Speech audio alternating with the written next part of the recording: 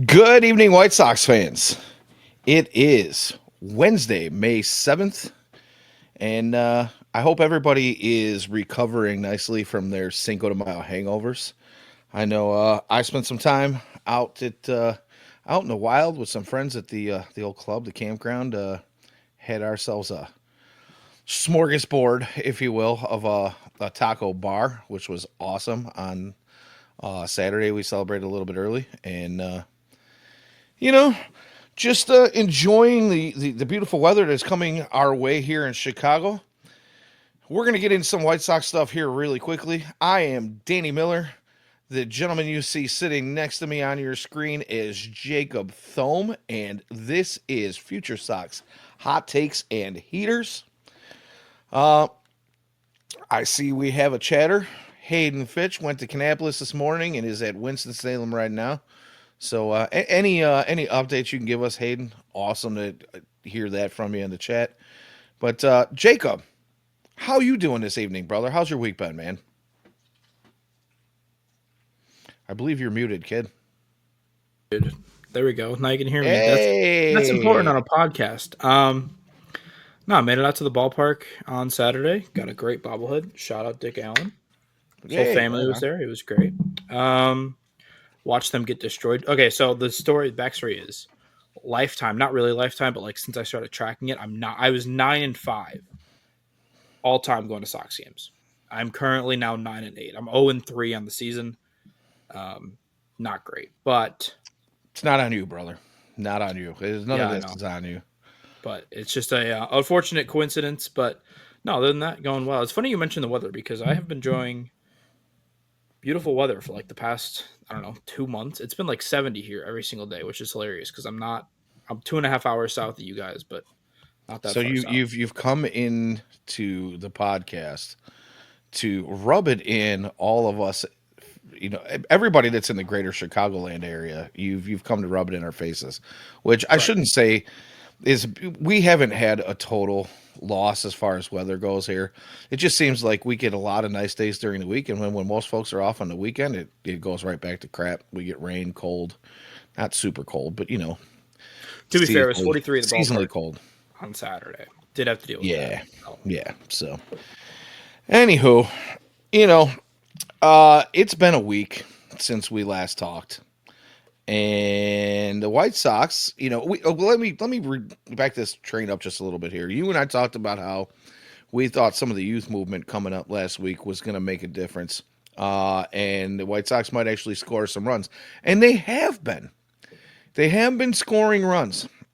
Not, well, we're not talking huge bunches or anything, but they've been in games. They've been in games a lot. The offenses look slightly better over the past week. Guys like Chase Mydroth is doing his thing continually, and we're definitely going to talk more about him tonight. As everyone well knows, he's been a topic of contention in the last 24 hours, so we'll get into that. But having Rojas back, Miguel Vargas is kind of doing some things. Lenine Sosa continues to get on base. Edgar Caro is getting on base.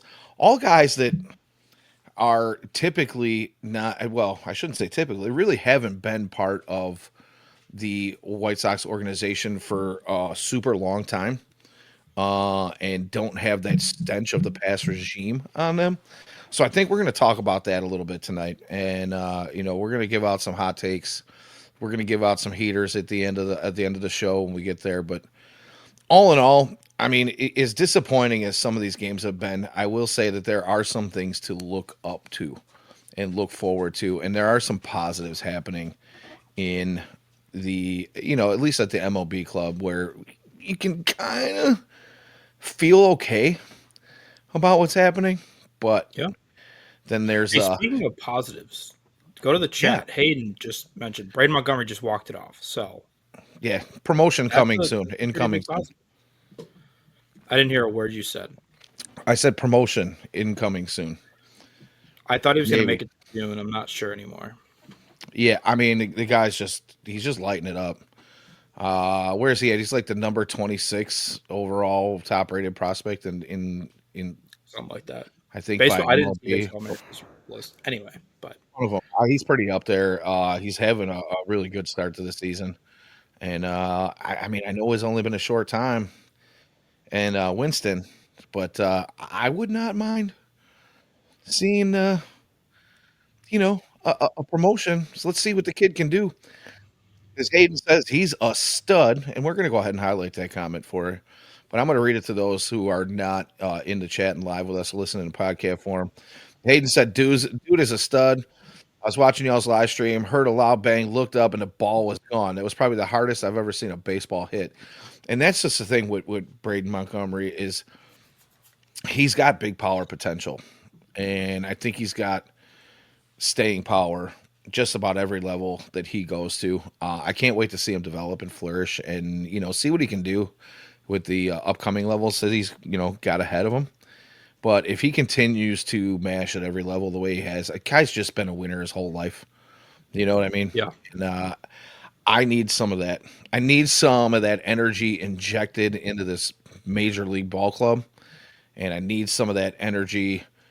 Man, I'll take it just injected right into my veins because Yeah. some of the lackluster stuff we've been watching the last couple of years is, and I hate to run over the same crap over and over again, but you got to deal with what the White Sox are giving us here right now. You know what I mean? And that's why I want to talk about some of the positives because they are giving us that. So before we get into the positives, Jacob, you and I talked very briefly before we went live.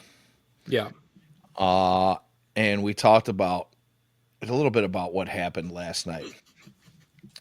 But what happened last night aside, the Royals, especially in Kansas City at Kauffman Stadium, just seem to have the White Sox number. Some people are calling it the new, the new athletics.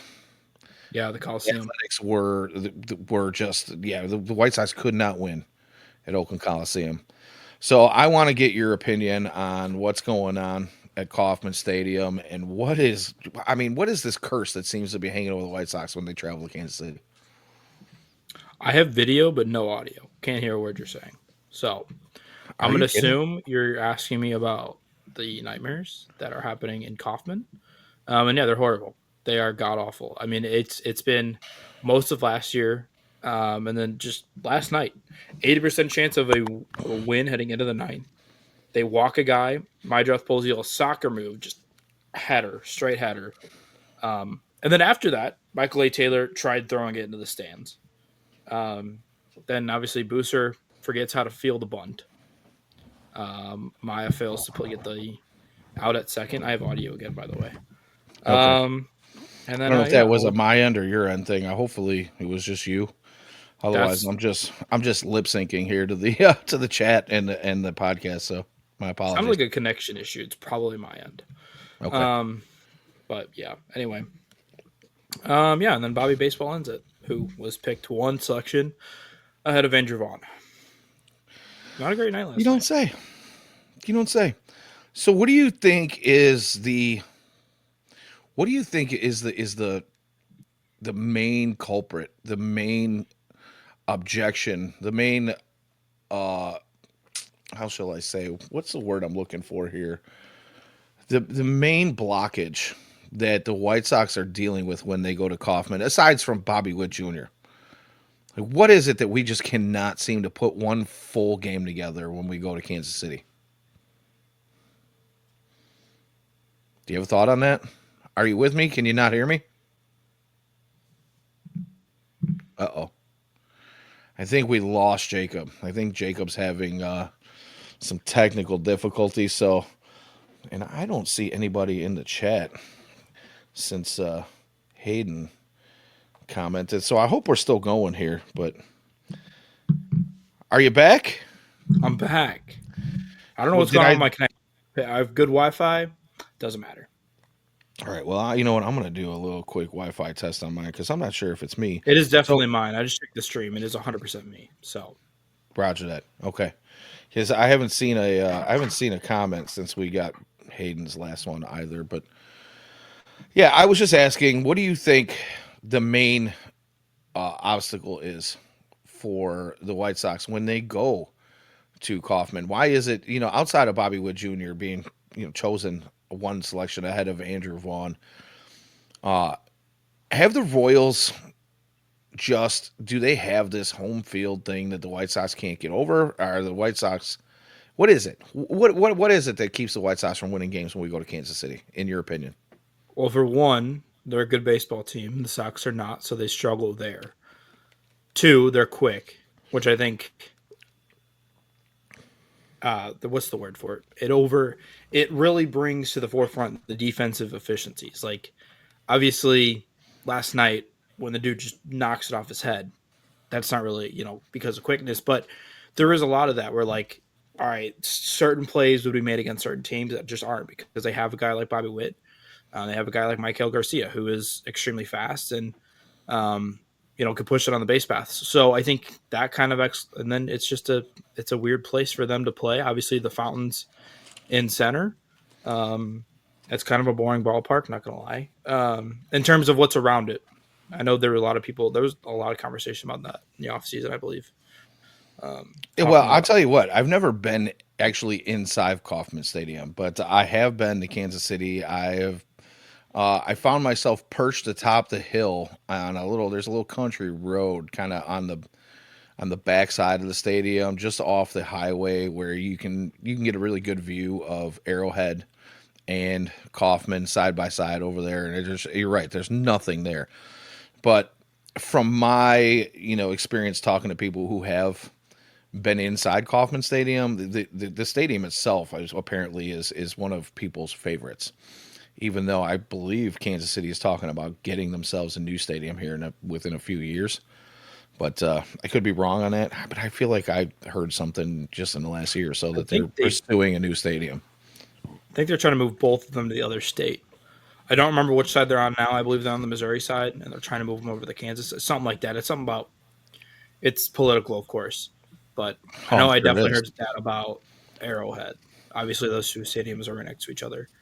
Yeah, So that whole situation's weird because I mean the city pretty much runs right. I mean half the city is in right, Kansas, half the city is in Missouri, and the stadiums are only like 10 minutes outside of downtown on the freeway, maybe 12. I right. don't even know. It's not that far, but the cool thing about that town is it doesn't take very long. Is kind of spread out as some of the things are. Like Mm-hmm. coming from Chicago, where we are just bound by traffic almost constantly, it seems like you can get from one end of town to the other. It seems like in a blink of an eye. So, Yeah. anywho, back to baseball. Uh, as you talk about how the Royals are a good team, and if we look back on the history of the last couple of years of what's going on within the White Sox organization, and it's been a point of contention for a couple of years now, where people are like, why are we hiring so many people outside, or we're pulling people away from the Kansas City Royals organization?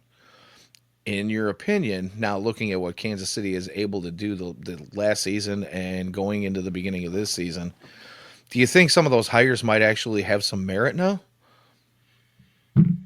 I mean, yeah. I mean, obviously, Guts was a Kansas City guy. He obviously came from Chicago, but then like I'm trying to think of some of the names. I really can't. Oh, I know Banny was a Kansas City-ish guy.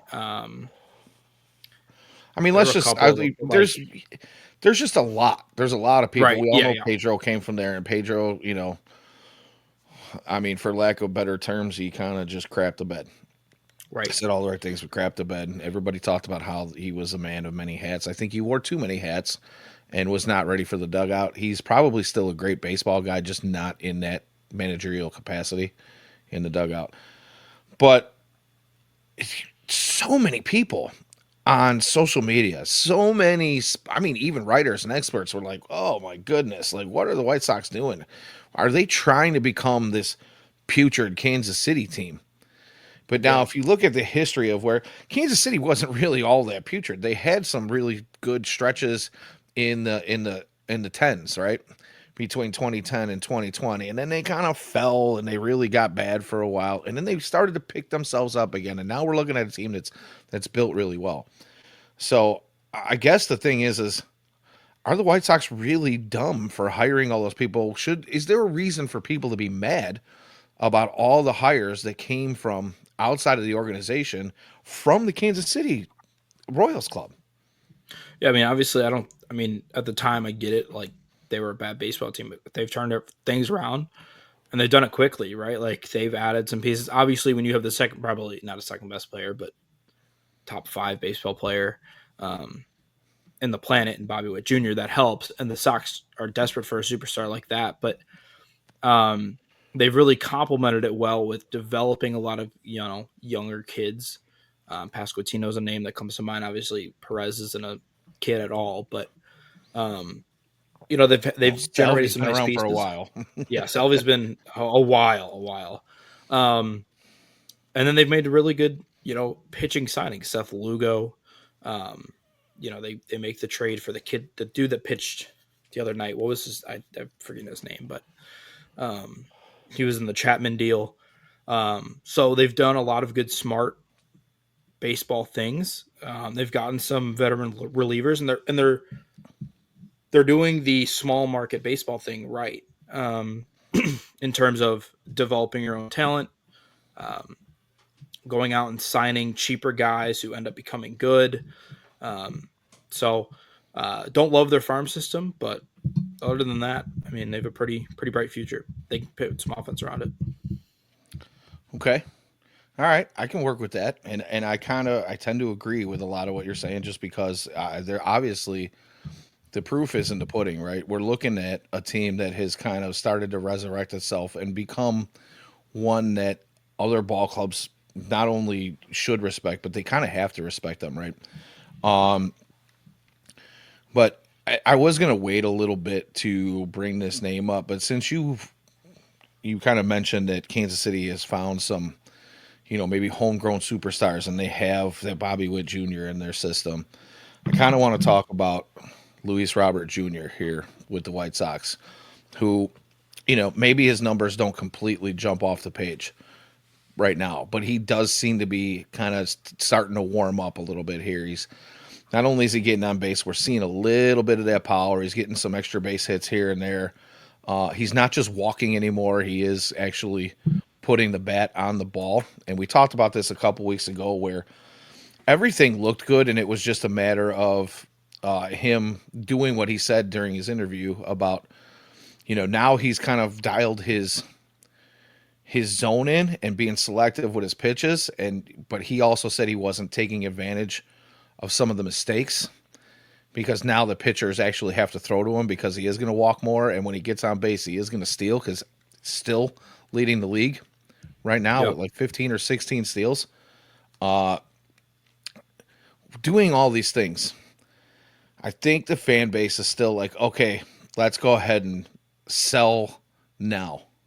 Let's get something for him. He's shown that he can stay healthy. He's shown that he can run, at least for a little while early in the season, and he's starting to warm up. Let's get what we can for him. I want your opinion on whether or not you think Luis Robert Jr. is somebody. Do you trade him at the deadline? Do we start throwing offers out there now and start, shopping him again?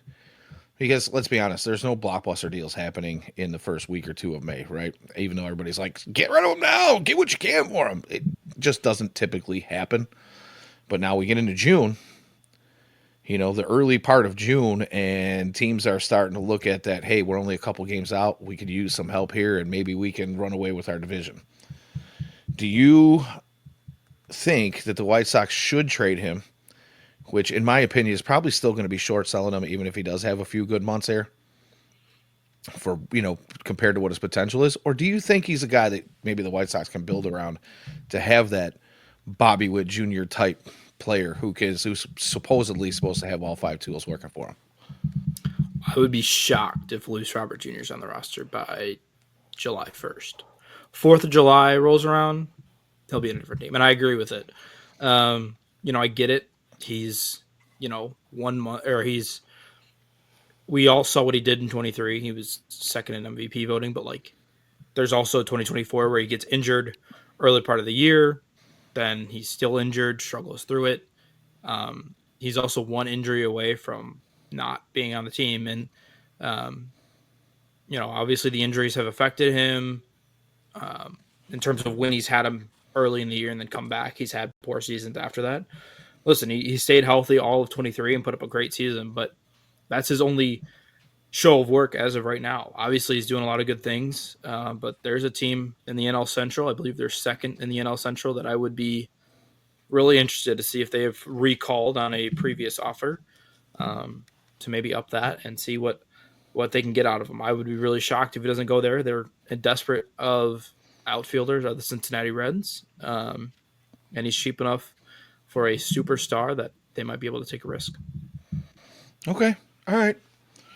All right. I might circle back to that a little bit later, but I just wanted to throw it out there since you brought up, Bobby Witt and what the Royals are doing.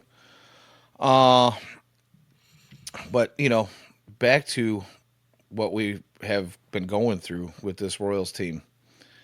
Last night, let's just get into it. Let's Yeah. run with this one for a little bit because I don't know if you are like me, and I saw Twitter immediately after that game, the way the eighth and ninth inning went in that game, with Chase Mydroth getting hit in the head, just losing a pop up in the lights, and I mean it wasn't even close to his glove. I mean it just donked him in the head, bounced out into the outfield, and then Taylor has an opportunity, what looks like, to make a play and throws the ball away. Yeah. And then not long after that, we get a Jacob Amaya just web gem to stop a run from coming in and stop a ball from going out into the outfield, and then making an errant throw to Chase Mydroth to pull him off the bag where everybody's safe. The run scores and ties up the ball game late in the game. How does that make you feel? Like when we see the production that we've seen, it's only a slight uptick in production over the last week, but it is an uptick. It gives you kind of hope that there are good things going. How do you feel when you're like, okay, there's finally something to feel okay about? Just kind of okay, but Right. it's this different feel that we've been talking about a little bit, pretty much all season, and we're like, oh my god, maybe things are going to turn. Maybe we will hit 55 or 60 wins, which is ridiculous to even talk about right now. You're like getting excited for 55 or 60 wins. Yeah. How did you feel about the way that game ended last night? So Mydroth makes that mistake, and I'm just thinking, here we go. Like this is it. The It's White gonna happen. Soxiest of White Sox things. Every White Sox fan watching that game was like, "This, I've watched this movie before." Sure enough, in between the Amaya errant throw, Cam Booster forgets how to field a bunt. Like just straight up, just like walks over to it, looks at third, and then doesn't throw to first. Because you think if he gets that one, then the strikeout, then Witt flies out because Robert's on. That's the game. Just weird baseball. The White Sox went full White Sox last night, and it was sad because you could see it coming. 2-1 lead. They have a chance to make it. I think they could have been 4-2 in May, and then like Mydroth just can't field it, and like, all right, it's over. Well, and the thing is like, dude, it's looking like you're finally going to get off the schneid at Right. Kaufman. You're 0 for 7, I believe it was last year. And then the first game of the series, you lose that one. You drop the first game, you're like, man, we're 0 for 8. 8 straight losses at Kauffman Stadium. And finally, the offense does just enough to have a lead going late in the game. And Cam Boozer does what Cam Boozer does so far this season. And I hate to beat up on a guy, but man, why we're giving this guy high leverage opportunities and late in games, I have no idea. Yeah. I'm just not a fan. I'm sorry.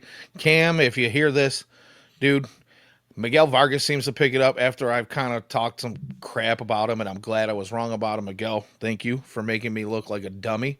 I appreciate that. Continue to make me look like a dummy. Cam Boozer, if you're listening, you need to get your shit together. Pardon my French. Get it together, or just know that we're going to go through this a little bit in this show tonight. We're going to run down a list of guys I'm sure you know are chasing you. They're looking, Right. they're itching for your spot, homie. And you're not the only one in the bullpen, but you got some work to do. The entire But yeah, bullpen, man, you guys. you're going to get off the schneid and you lose in the White Soxiest of White Sox ways. It's like they find new ways to lose Yeah. over and over and over again. And I never thought one of them was going to be taking a pop off the dome. Especially like not him. Like if Lenine Sosa did that, I'd be like, all right, I expect it. But like Chase is a little bit better of a second baseman. Like dude just lost it in lights. And then Yeah. like no offense to Lenine Sosa, by the way, just not a great defensive second No, I baseman. mean, anybody though, you're a major league ball player, and I get it. Right. Things happen, but that is got to be one of the most embarrassing ways to put your team in a bad situation and potentially end up losing the game, which did happen. And it was just one of those things where everything seemed to snowball. Like you said, I Yeah. mean, it goes off his dome, and immediately you're like, oh, here we go. Mm-hmm. And then the throw gets away. And then a great play and another throw pulls a guy off the bag. And you've got a pitcher who doesn't know how to field his position. And it's just like, what are we watching here? Venable gets his team and his guys more ready than I feel like I've seen the last couple of managers in a while. And we actually feel like we're watching guys who are baseball players instead of guys who are just going through the motions. And the Mm-hmm. vibe is different. And then you do this. It's like 2024 all over again. Yeah. I don't know how much more of this crap I can take, but hopefully that's an outlier. But did you get a chance to see any of social media after that game I last night? saw a couple of good tweets. Yeah. By the way, The the amount of appearance people. of Go Chase ahead. Mydroth is getting dragged on Twitter. It's kind of And that's kind of personal. what I wanted to talk about a little bit. Sorry for stepping on you, but No, go the ahead. amount of people calling for Chase Mydroth's head, like in almost literally because he took one off his head. But I mean, the amount of people that are just like, nope, done with him. Get him off my Yeah. team. Like, wait a minute, dude. This has been one of your most productive players at the plate this year. Whether or not he's a slap singles hitter, he might stretch out a double here and there. But not only that, he's been probably your best defensive infielder, at least Yeah. to this point, or pretty close to this point. Yeah, I think Vargas is up there too, but Yeah, either of those oddly two. enough, Yeah, right. The guy we the all guy thought was going to be a hole at third base. right, he guy who has been in the past a Yeah. dumpster fire with the glove is now looking like he might actually be able to field a position or two.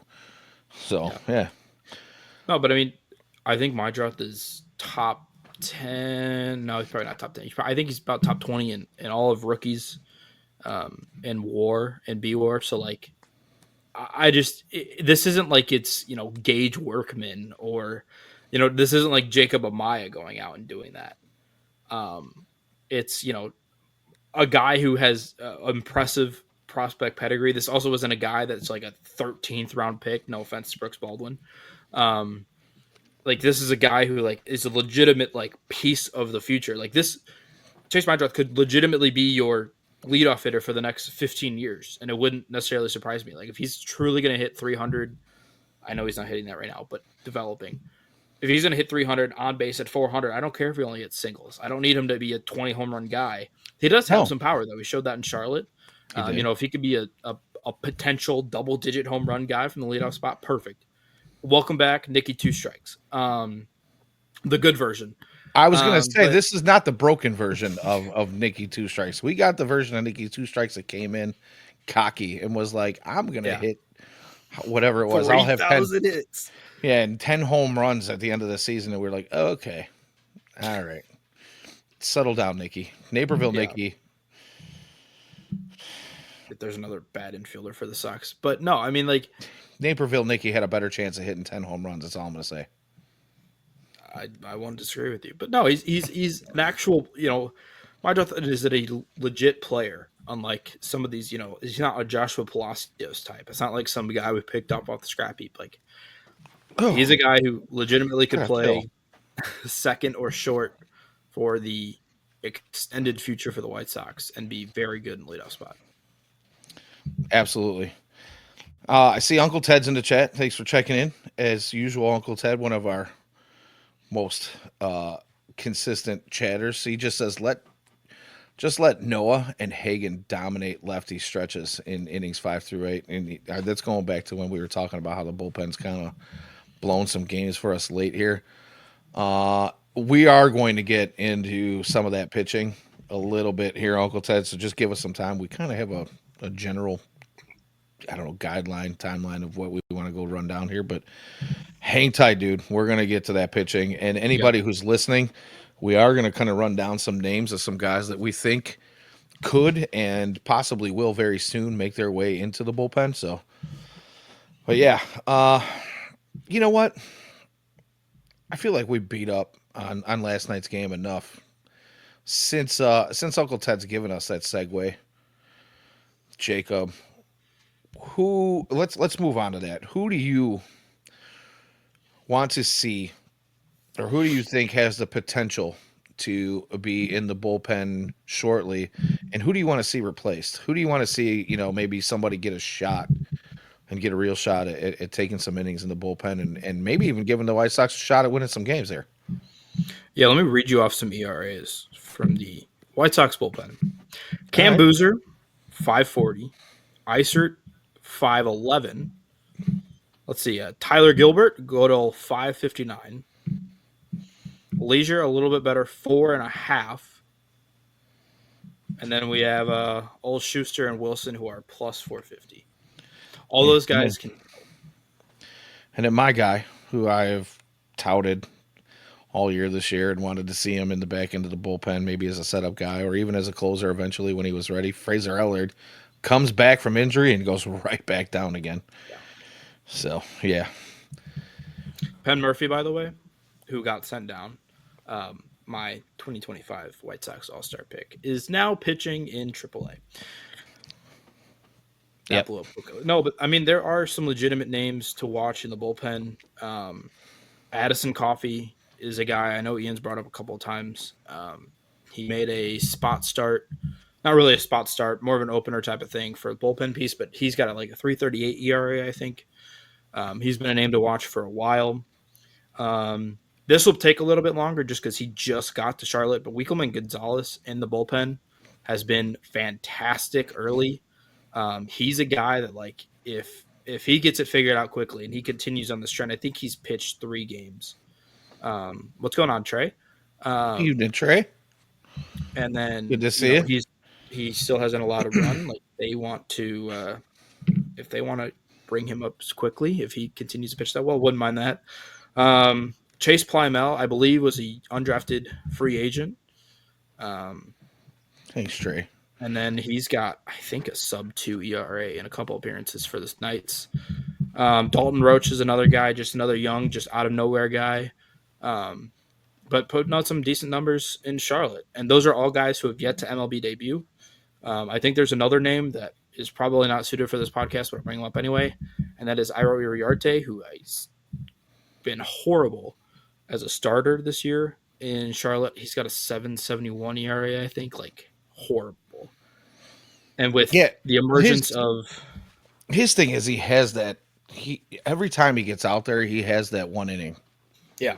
He has that one inning. It just hurts him. I think it's just a matter of consistency for him. But I don't know as long as that inning isn't the first inning, maybe he could be used as a piece in the bullpen where you just need to go. You need somebody to eat an inning, come out and gas. I mean, just absolutely gas 3 guys. Right. And then sit them down to get through that inning. I could see it happening. By the way, Trey Williams and go ahead. I'm sorry. Go ahead. No, I was going to say he's good in the bullpen last year. So he was absolutely. And I'm going to point out Trey. I follow Trey on the old tweet machine, and Trey was I believe it was last night was hanging out watching some baseball in Minnesota.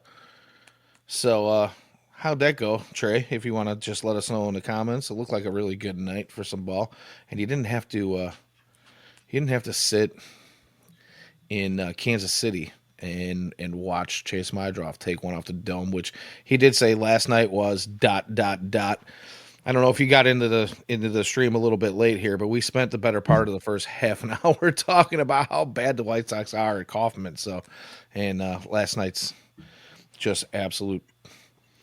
I don't know why you want to call it. It was an implosion. It was a train wreck, that last 2 innings. So, but yeah, man. Oh, Jacob, where'd you go? I feel like I still. One of these days, I'll remember to charge my devices. It wasn't today. I had to plug my charger in real quick, and I didn't want people to just like see me duck off to the side. Yeah, you're doing things under the desk. Yeah, very professional. That's on the Patreon channel. Just Yeah. kidding. So, Just kidding. all right.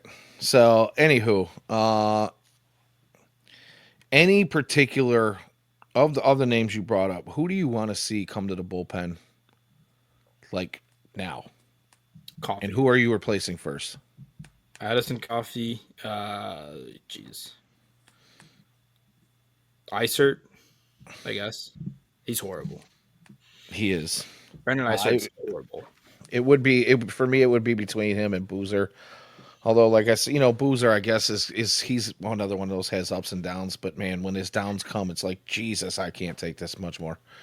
So my only thing with Boozer, and I'll throw Wilson into this a little bit, and Gilbert, is they have a history. Like last year, all three of those guys were pretty good.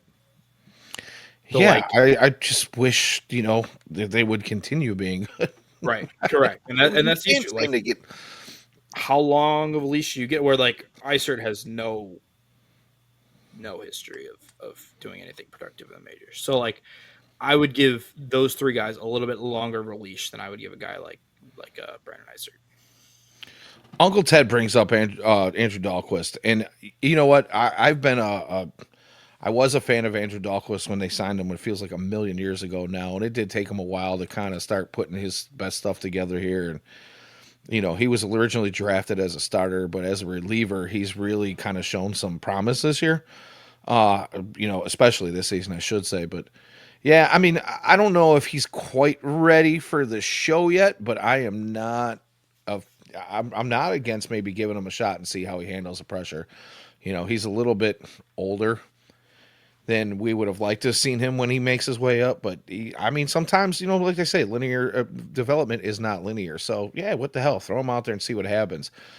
But I think I'm going to move on because I saw a comment come up by, Mr. Trey Williams, always on top of it with some really good stuff. He says the guys that he wants to see come up are like you, Addison Coffee. And then he says bring up Elko and Jokes in that order. So let's just go ahead and let's jump on that Elko train for a minute. We talked about it a little bit last week.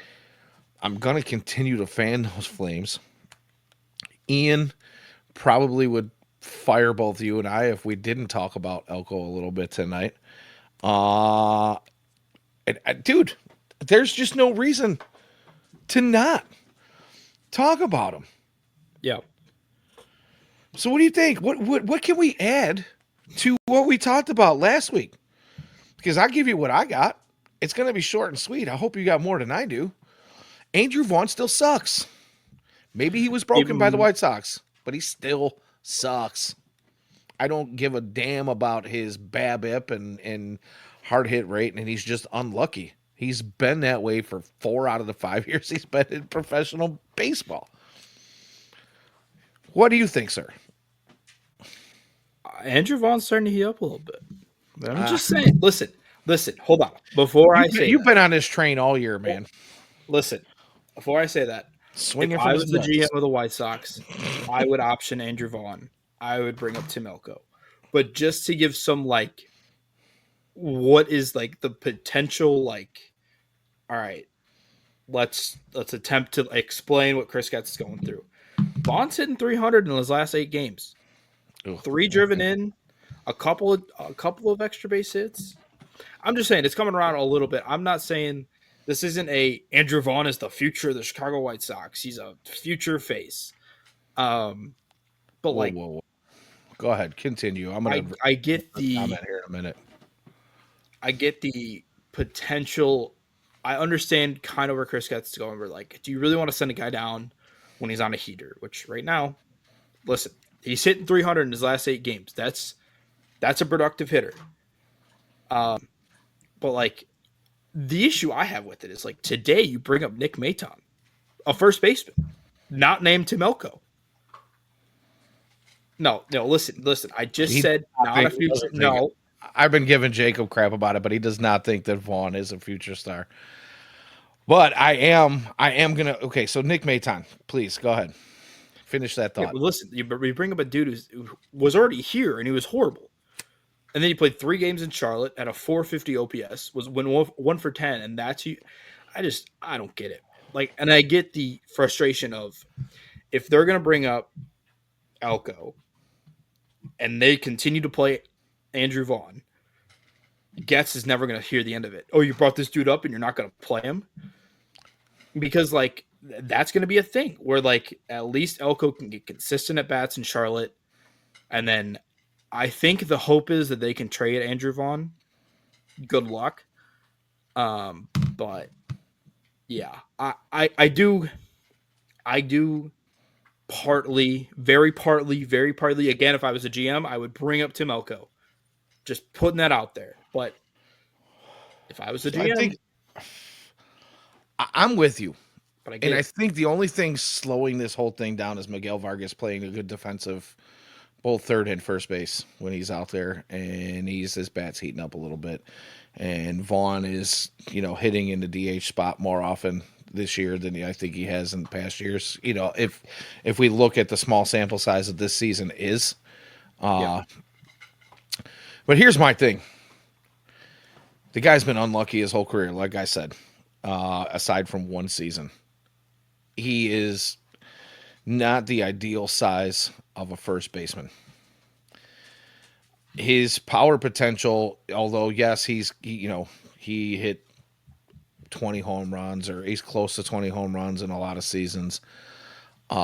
You just expect more from a corner yeah, infielder in baseball these days.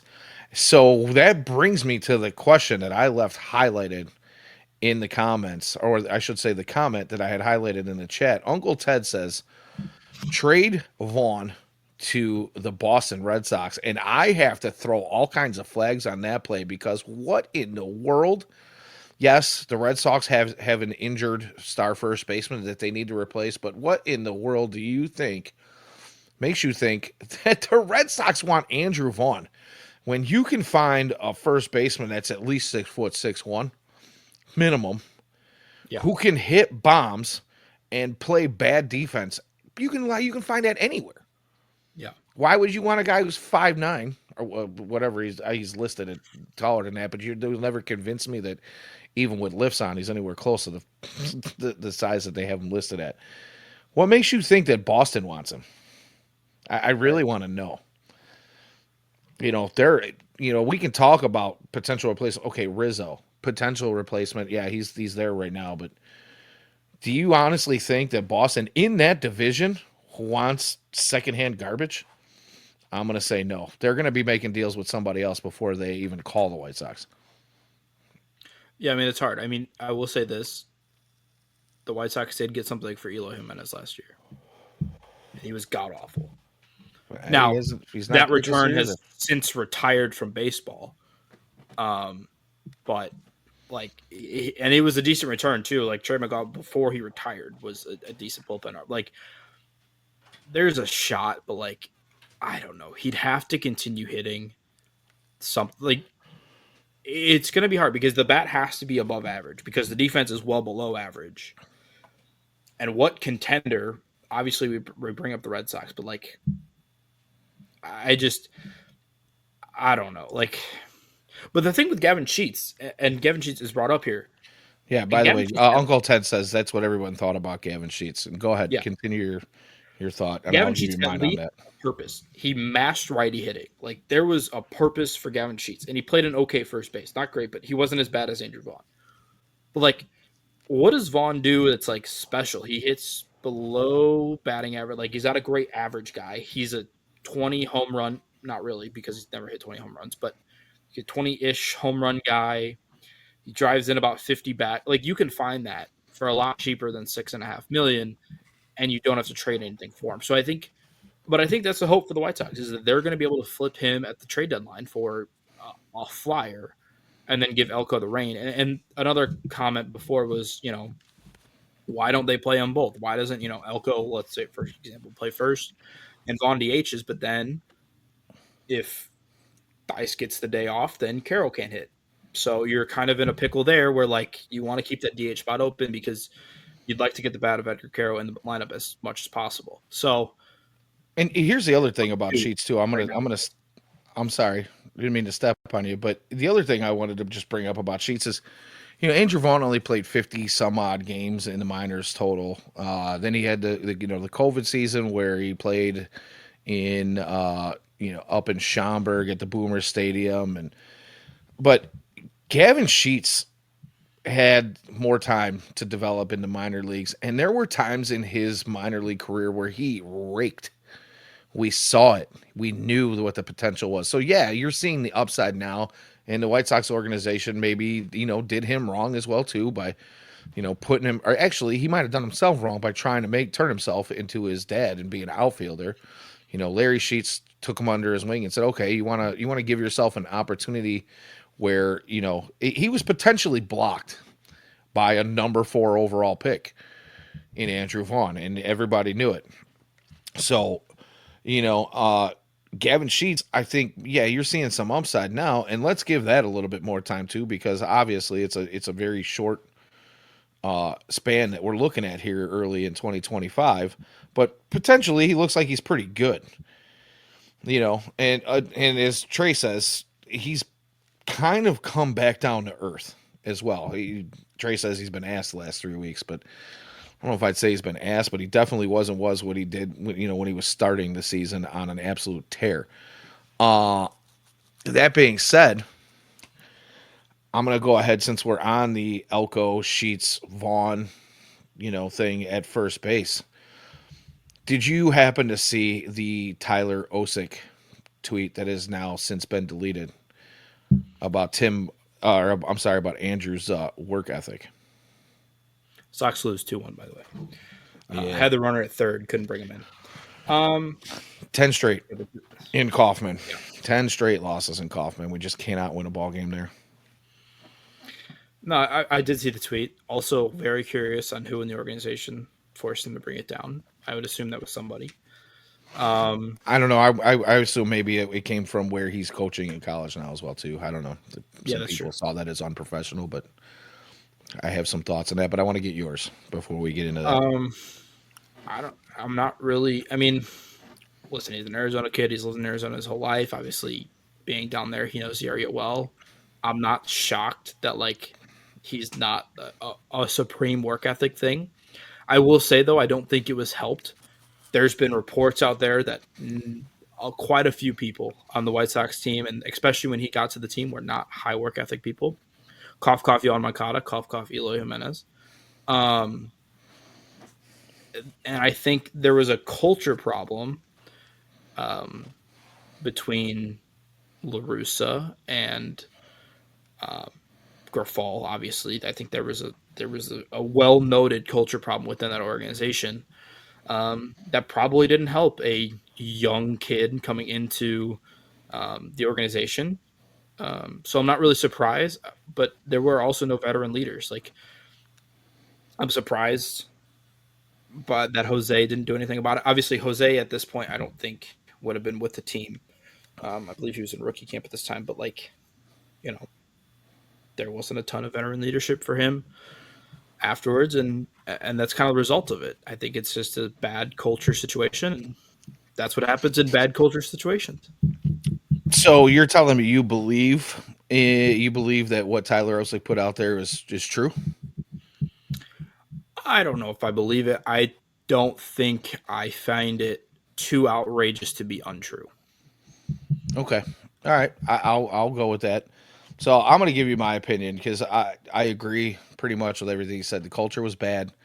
There was a lack of leadership. The veterans that were part of the organization at the time that should have taken some of these guys under their wings all sounded like they were disgruntled.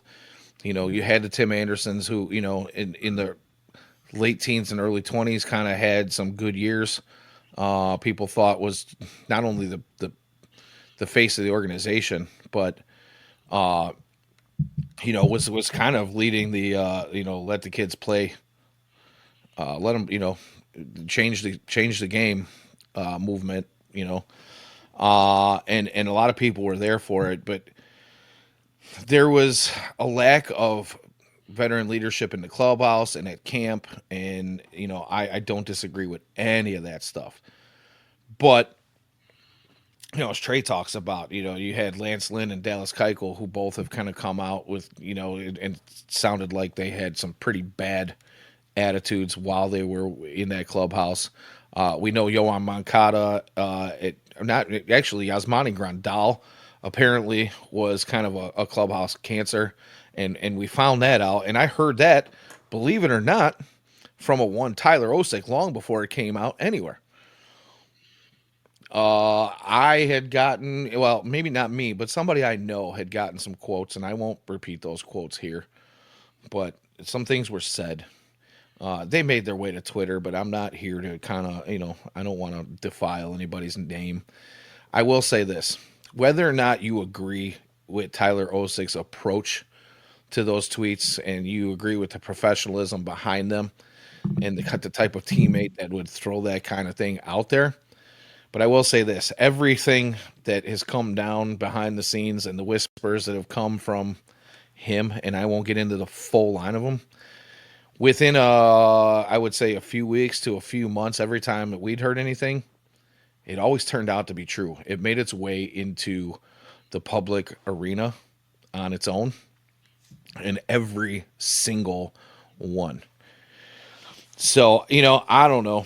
And it's a thing where, yeah, he might be disgruntled a little bit because he won the batting title, the MILB batting title, the one season. He came back the following season. He kind of just, fell flat on his face and was let go by the organization. Although, if we look at that kind of production that he had in one season, and then he comes out and he has a few months where he doesn't do well, typically a guy young in the lower levels of your organization gets another opportunity. You get a chance to break out of that.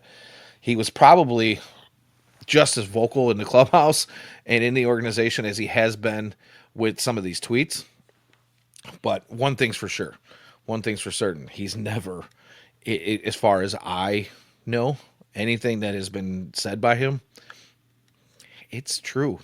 You might not, Yeah. you don't have to like his approach. You don't have to like what he has to say, but he speaks honestly. So I admire him for that. There's no filter, and good for him for not having a filter, because sometimes that's the only way to get things, they bring things to light. Whether or not that's going to do anything for his future and his stock in the game of baseball and coaching, I hope it doesn't, because sometimes you need somebody to light that fire. So, Yeah. I anywho, just don't think he would have any motivation. I mean, I don't think there's a motivation for him to just randomly wake up and be like, "Oh yeah, Andrew," just tell this random lie about Andrew Vaughn. And right? like the And I lie mean, makes sense. and that's the thing. You could say, "Oh, he's disgruntled." I mean, if he's still disgruntled at this point, he's been outside of the organization for years. Probably doesn't have much or any contact with Andrew Vaughn at all anymore. I don't think that, it's like, oh my God, can't stand Andrew Vaughn. I'm going to throw him under the bus right now. Like, why do it now? Why not Yeah. do it back when those scars of getting cut from the organization after winning the batting title are fresh? Like, don't tell me he's been stewing on this thing for this long. There's no reason for that. So, it is what it is. And I'm going to leave it at that. I don't believe that there's any mistruths to it, and that's that. So, the only thing I will say is, if it is, as true as I believe it is, I'm done with Andrew Vaughn. Get Yeah. rid of him. To me, you're not going to find a value unless this guy all of a sudden finds work ethic. And by the way, Tyler Osick is not the only one to be leaking a bad work ethic from Andrew Vaughn. This is not something new. If whether or not you've heard it in the past, this has been talked about by other people. It's Right. maybe been kind of on the low, on the hush hush, but it is not something that's new. Guy got, like he said, got handed the keys to MLB stardom, and he crashed that bus on his Hard. own. So, anywho, we are about 55, 56 minutes into the show. I think it's about time to wrap it up because we reflected on some positives from the youth movement as we probably will continue to do. We've reflected on some just some awful times at Kauffman Stadium and some White Sox issues that seem to just keep popping up and losing games in the White Soxiest of ways. But I think it is time for some hot takes and heaters to wrap up the show. What do you think? Sounds good with me. So, what do you have for us this week? And I'll let you choose whether or not you want to start with a heater or a hot take. Oh, did I catch you off guard with this? Come on, man. It's You in the did. name of the I'm trying show, to brother. think. Yeah, I know. No, I have both prepared. Let's start with a hot take. And if you guys in the chat have any, by all means, throw them out there. Hot takes, heaters. Let's talk about them. We got a couple minutes here before we sign off. So go ahead, Jake. Yeah, so hot take number 1. I don't have multiple, so don't call me for number 2. Not Dylan. Why Chris Getz will end up winning all 3 major trades he's made so far. In the Dylan Cease trade, the Eric Fetty trade, and the Garrett Crochet trade. Okay, but let's preface that. What if Miguel Vargas falls flat on his face? Because I do believe you're thinking that he wins that trade with another player that came over in that. By the way, I cannot hear you. My Wi-Fi is actively dying. Okay, never mind. I was going to say, can you hear me I now? can hear you now. Yep. All right. I was just asking. So just to preface this, that Miguel Vargas, I was going to say, even if Miguel Vargas falls flat in his face, I believe you're thinking he wins that trade because of another player that came over. Yeah, shout out Joel Yeah. Perez. Not the show to talk about it, but right. pretty We'll darn leave good that up there. to we'll leave that to Ian and James to talk about Gerald Perez. But man, dude's on fire, looking like a real stud at the moment. So I'll agree with that. All right, what's hot take number 2, buddy? I don't think I have a hot take number 2. Oh, here's my other hot take. Penn Murphy will not be the White Sox All-Star in 2025. Really? I It mean, was come a on, hot that take. like that you're It's just now gonna give me a- the throwaway? That was I don't know I if I mean, have that, another good one. you don't have to. All-Star, but Let's get into a heater. okay. How about Josh Rojas, who went 1 for 4 today and kind of ruined my heater? But was he your heater? No, Oh, okay, good. he was not. 3-6 to start his White Sox career with 3 singles and 2 walks. But you know what? I'll take it. 1,100 OPS since coming back from the injury. Stolen base 2 on the broken toe. Looks pretty good. Looks pretty good. All right, I'm gonna throw 1 and 1 at you, and I think both are probably gonna surprise you a little bit here. Because I took the easy way out a little bit last week, so I'm gonna after I doo-dooed on my heater. I actually am going to give Andrew Vaughn my heater this week, just because even if I don't agree with the fact that I believe he's just not the answer for the future, and I'm not against giving him an opportunity. Maybe he puts it together, but I really, really would like to see anyone else, as Trey said in the chat earlier, anybody, just give somebody a shot, because let's face it, if the offense comes around and the defense is still shit, plain and simple, I'd rather have somebody who's not a Lilliputian at first base. Gulliver's Travel reference there, little people. Anywho, my hot take, and I said earlier in the show that I was going to circle back to this. Luis Robert Jr. I want to see him. I want to see him stay. I do believe he can stay healthy. I do believe he can be the Luis Robert Jr. that we all hoped and prayed for and saw signs of a few years back. I want that guy to be the guy that they can build around. And because of some of his struggles and his injury history, I believe they can probably get him for a relatively, how shall we say, frugal? Maybe not frugal, but a relatively, let's just use that, frugal contract.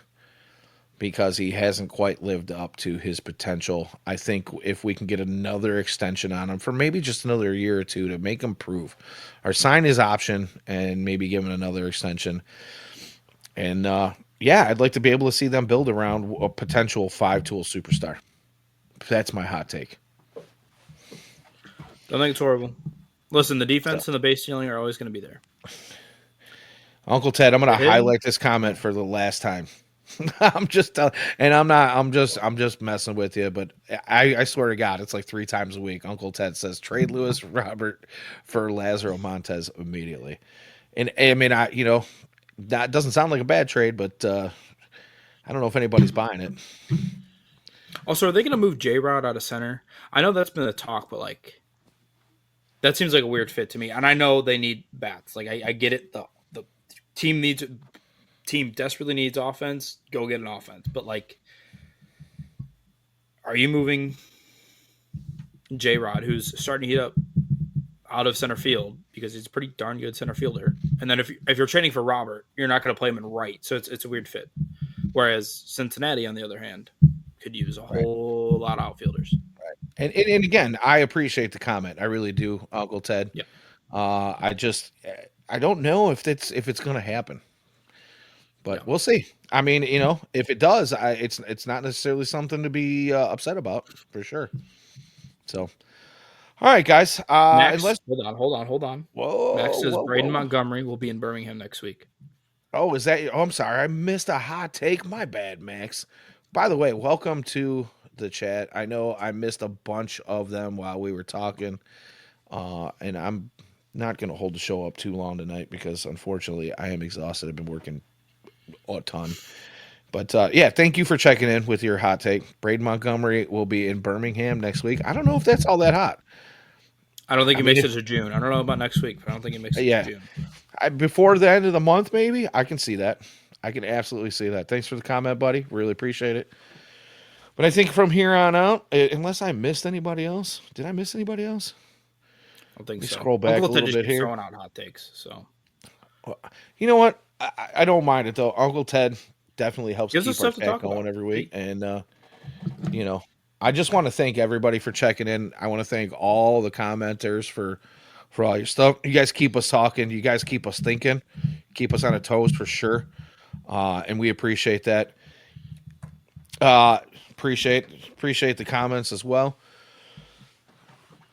So, if you guys enjoy the content, do us a big favor and go ahead and smash, absolutely destroy, annihilate that like button. Follow, subscribe, hit that little bell for notifications on the old YouTubes. You can also find us on that Purple app. You Either one of these apps, you can find us every Wednesday night at 8 p.m. As far as as things are going right now. You can also find our other shows here on our YouTube. You can find Ian and James on Sunday nights. You can find all of, pardon me, excuse me, I am a little choked up there. You can find all of Elijah, Jeff's, and not Cease's stuff going on as well. All of Ian's highlights, if you did not catch them on the Tweet Machine, Twitter X, you can find those here as well on the YouTube channel. If you like to support outside of hitting that like and subscribe button, you can join our Patreon for just a couple bucks a month at FutureSox.net and get your exclusive access to all of our prospect rankings and write-ups, as well as some exclusive articles from all of our bloggers. As always, super chats are open, and we appreciate all and every donation as well. My name is Danny Miller. You can find me on X at Danny Miller FS. For my co-host Jacob Thome on X at JThome21. This has been Hot Takes and Heaters. Again, we appreciate you all. You guys have a great night, and as always, go White Sox.